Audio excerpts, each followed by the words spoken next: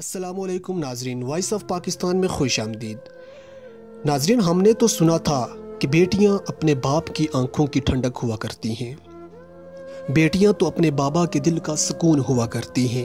ان معصوم کلیوں کے چہروں پر مسکراہٹ دیکھنے کے لیے ہر باپ نہ جانے کون کون سی مشقتیں اٹھا کر ان کی ہر فرمائش پوری کرنے کی کوشش کرتا ہے۔ ہم نے تو سنا تھا کہ تاریکی میں ہر باپ اپنی ان معصوم کلیوں کے اچھے نصیب کے لیے اللہ کے سامنے گڑ گڑاتا ہے، اپنے آنسو بہاتا ہے، لیکن یہ کبھی نہیں سنا تھا کہ ایک باپ اپنی معصوم کلیوں کا قاتل بھی ہو سکتا ہے۔ یہ کبھی نہیں سنا تھا کہ ایک باپ اس حد تک سفاک ہو سکتا ہے کہ اپنے ہاتھوں کو اپنی ننھی معصوم کلیوں کے خون سے رنگے گا۔ جی ہاں ناظرین، ایسا ہی کچھ ہوا ہے کہ 3 معصوم بیٹیوں کا قاتل ان کا اپنا باپ ہی بن گیا۔ ناظرین، رمضان کا اختتام ہو رہا ہے اور عید کی آمد ہے۔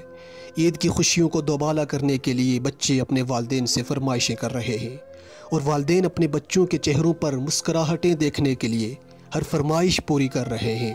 اسی طرح میاں والی کے علاقے سے داؤد خیل سے تعلق رکھنے والی 3 معصوم بچیوں عارفہ، علیشہ اور عائشہ نے بھی عید پر نئے کپڑے پہننے تھے، نئے جوتے پہننے تھے۔ نہ جانے انہوں نے عید کے دن کو لطف اندوز ہونے کے لیے کیا کیا سوچ رکھا تھا، اور عید کی خوشیاں دیکھنے کے لیے اپنے بابا سے عید کی فرمائش کر ڈالی۔ انہیں کیا خبر تھی کہ ان کے بابا ان ننھے ہاتھوں کو مہندی سے رنگنے کے بجائے انہیں خون سے رنگ دیں گے۔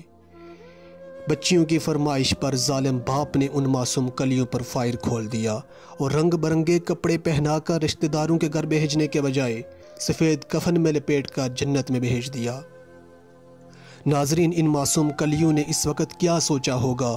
انہیں معلوم ہوتا کہ ان کے بابا ان کے ساتھ ایسا کریں گے تو یقیناً وہ اپنی فرمائش کو دل اور زبان کے درمیان ہی دفن کر دیتی، لیکن اپنی زبان پر نہ لاتی اور اپنے بابا کو کہتی، بابا ہمیں کچھ نہیں چاہیے، بابا ہمیں کچھ نہیں چاہیے۔ عید کے کپڑوں کی خواہش کے لیے وہ معصوم کلیاں سفید لباس میں لپٹی اس دنیا کو چھوڑ گئی، مگر ہاں، ان کے لیے جنت کا لباس ہوگا۔ مگر جس بے دردی سے مارا گیا، اس نے کئی سوالات چھوڑ دیے۔ ایسے کئی واقعات جنم لیتے ہیں، میں کچھ قصور ریاست کا بھی ہے، عالیشان محلات اور مہنگی گاڑیوں میں پھرنے والے ہم نام نہاد انسانوں کا بھی ہے۔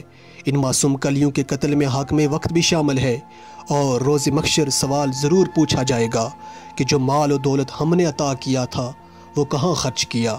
اپنے ارد گرد نظر دوڑائیں، یہ دنیا کی مال و دولت یہیں فنا ہو جانی ہے، اور ساتھ صرف تمہارے اعمال جانے ہیں۔ بس ایک دعا ہے پروردگار سے کہ جب بھی کوئی بیٹی باپ سے کچھ مانگے تو اللہ باپ کی جیب خالی نہ ہو۔ ناظرین، ہمارے یوٹیوب چینل کو سبسکرائب کیجئے گا اور ویڈیو کو ضرور شیئر کریں۔ اللہ حافظ۔